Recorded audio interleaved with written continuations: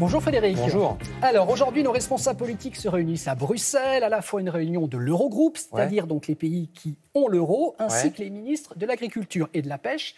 Donc pour nous, c'est l'occasion de revenir sur le fonctionnement de ces réunions de ministres à Bruxelles, voilà. Parce que c'est très on souvent. ne connaît pas trop bien le fonctionnement. Exactement, c'est très souvent. Aujourd'hui, c'est l'agriculture, ça aurait très bien pu être les ministres de la Santé. Bon, il se trouve que c'est vraiment là que ça se décide, parce que vous avez la commission de Bruxelles, c'est un peu l'administration, elle prépare le boulot justement de ces conseils des ministres. Le Parlement, on lui demande son avis de temps en temps, mais c'est vraiment au Conseil des ministres européens que ça se passe, ou au Conseil européen tout court, quand c'est les chefs d'État et de gouvernement, ça s'appelle comme ça.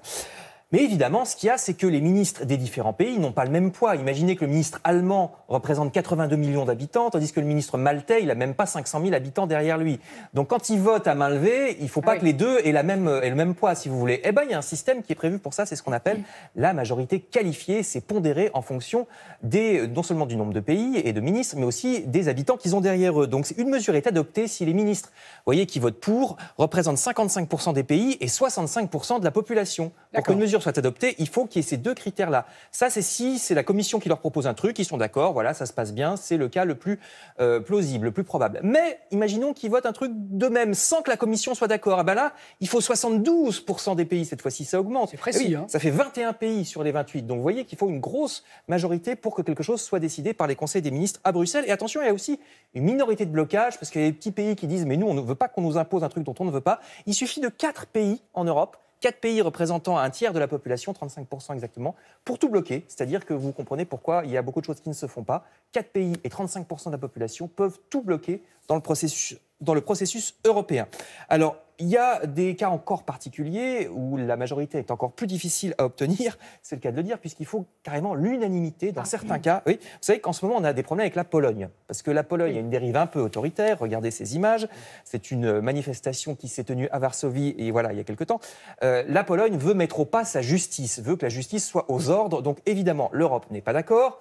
Mais l'Europe ne peut pas faire grand-chose, parce que pour prendre des sanctions contre un pays, il faut l'unanimité de tous les autres. Il faut que tous les autres pays que la Pologne soient d'accord pour sanctionner la Pologne.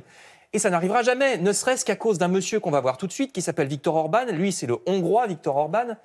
Lui, comme il a aussi une dérive autoritaire dans son pays, la Hongrie, il ne va jamais voter contre la Pologne, et réciproquement. Donc vous voyez que pour sanctionner un pays, même qui fait vraiment des choses pas du tout recommandables, c'est très très compliqué. Il faut que tous les autres pays d'Europe soient d'accord, donc ça n'arrive quasiment jamais.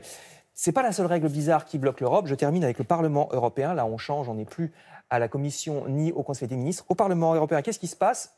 Là, ce sont les Britanniques. Bon, je parle des Britanniques aujourd'hui parce que c'est le Brexit, mais il y a aussi d'autres pays qui jouent à ça et qui jouent vraiment pas fair play. Fair play n'est pas vraiment aujourd'hui en tout cas une expression anglaise. Ce qui se passe, c'est que pourtant, ça n'est plus le cas. Ça n'est plus le cas.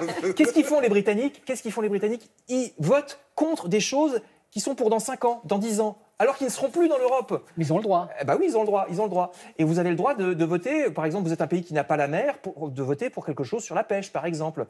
C'est souvent un instrument de chantage. Là, c'est les Anglais qui font ça, mais c'est souvent, ça ne me concerne pas, je suis l'Autriche, je vote contre un truc qui se passe sur les côtes, mais c'est pour que tu cèdes sur autre chose qui, là, m'intéresse. Donc, fair play n'est pas, je dis autrichien, j'aurais pu dire n'importe quel pays. Oui, et vous voyez on va saluer les Autrichiens qui nous regardent, via TV5, on les aime très fort. Vous voyez pourquoi il y a parfois beaucoup de choses qui n'avancent pas très très vite en Europe. C'était très clair. Merci beaucoup, Frédéric.